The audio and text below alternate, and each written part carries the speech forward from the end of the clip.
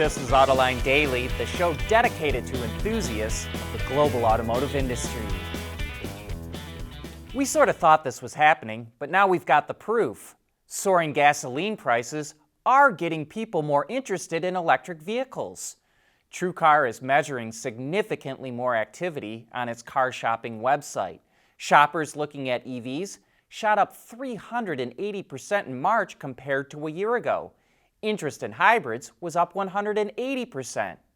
TrueCar did a survey in the U.S. and found that 57% of respondents are more likely to buy an EV because of higher gasoline prices. 1 out of 5 said they are extremely likely to buy an EV, and that's up 50% from July of 2021. Men are more likely to buy an EV than women, 59% versus 45%, but the gap is narrowing, and people in their 20s are the most likely to consider buying an EV. Even so, gas prices are starting to come down in the U.S. Prices shot up to more than $4.30 a gallon after Russia's invasion of Ukraine. And while they're still high, they've now dropped to $4.11 a gallon on average in the U.S., and that's 22 cents lower than at the beginning of March, according to the AAA. And at least one analyst says prices could drop to $3.50 to $4 a gallon by Memorial Day.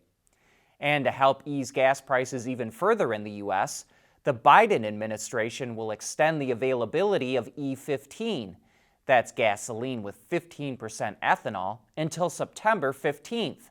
That should help stretch out supplies of gasoline. Ethanol has less energy than gasoline, but it also has a much higher octane rating and burns cleaner. And the EPA is considering making E15 fuel available year-round, which could help lower gasoline prices. Well, this took some guts.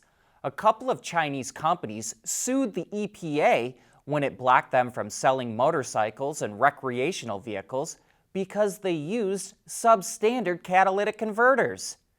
Taotao and the Jinyang County Jiangyuan Industry Company sold nearly 110,000 motorcycles and RVs in the U.S.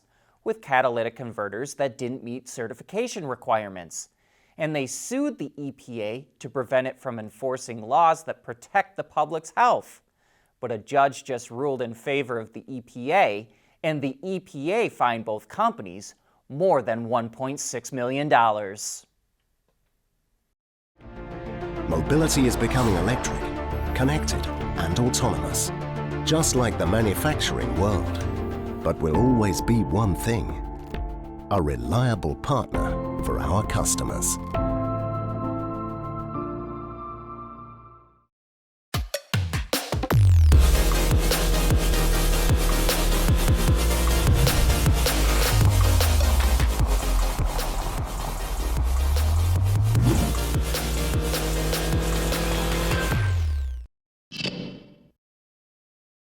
Honda is making up for lost time when it comes to EVs, and now it's putting its money where its mouth is. It's going to spend $64 billion, or nearly 59 billion euros, on R&D over the next 10 years. The majority of that will go towards electrification and software development. And by 2030, Honda plans to launch 30 EV models globally, which would represent production of 2 million units a year. As we've reported, and you likely know, some of those EVs will come from its partnership with GM. 2 electric SUVs, one for Honda and one for Acura, launch in 2024, which is followed by more affordable EVs in 2027. To power those EVs, Honda is buying Ultium batteries from GM, but is also developing solid-state batteries that will hit the market after 2025, and is considering a joint venture for battery production. But surprisingly, Honda makes absolutely no mention of Sony, which it announced an EV alliance with in March. It does talk about a Honda e-architecture that combines both hardware and software, and we think it's possible this is what's being co-developed with Sony. But Honda won't start adopting the platform until 2026, and the vehicles from Honda and Sony were supposed to go on sale in 2025. so this is something we'll have to keep an eye on. But moving on ahead, Honda also plans to introduce EVs for commercial use, as well as mini EVs, and even a couple of sports cars. And one of them sure looks to us like a future-gen NSX.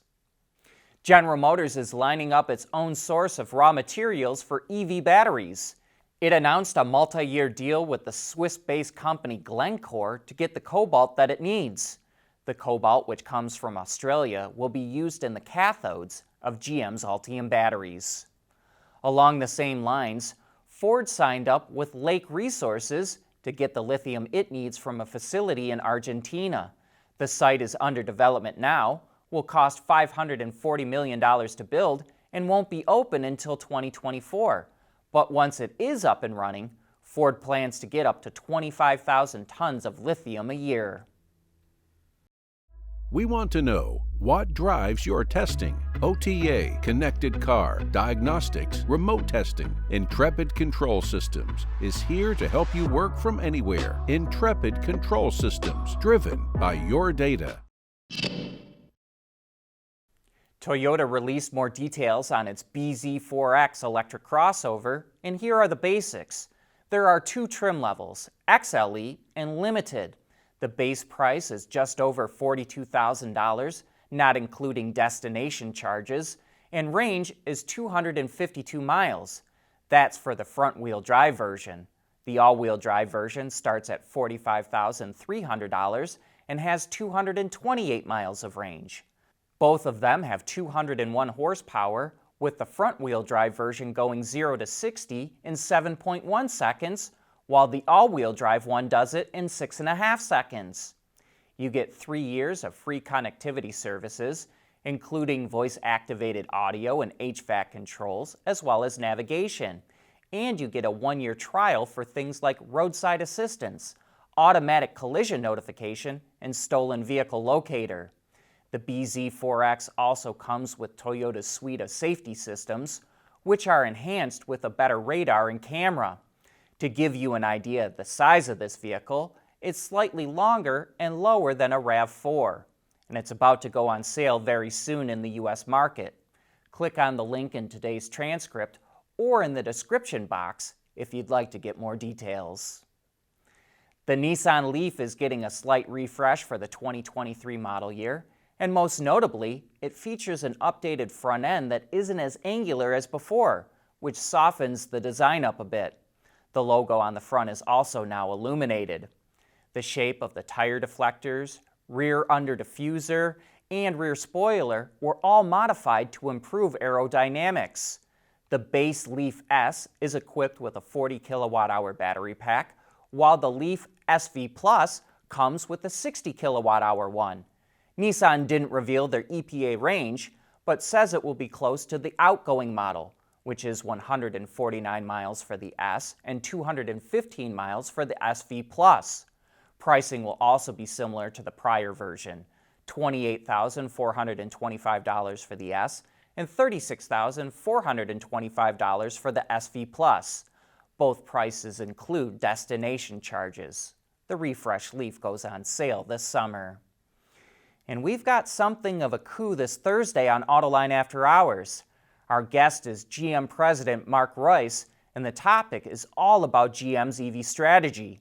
So join John and Gary for some of the best insights into the inner workings of the automotive industry from the very people who are making it happen. But that's a wrap for today. Thanks for tuning in.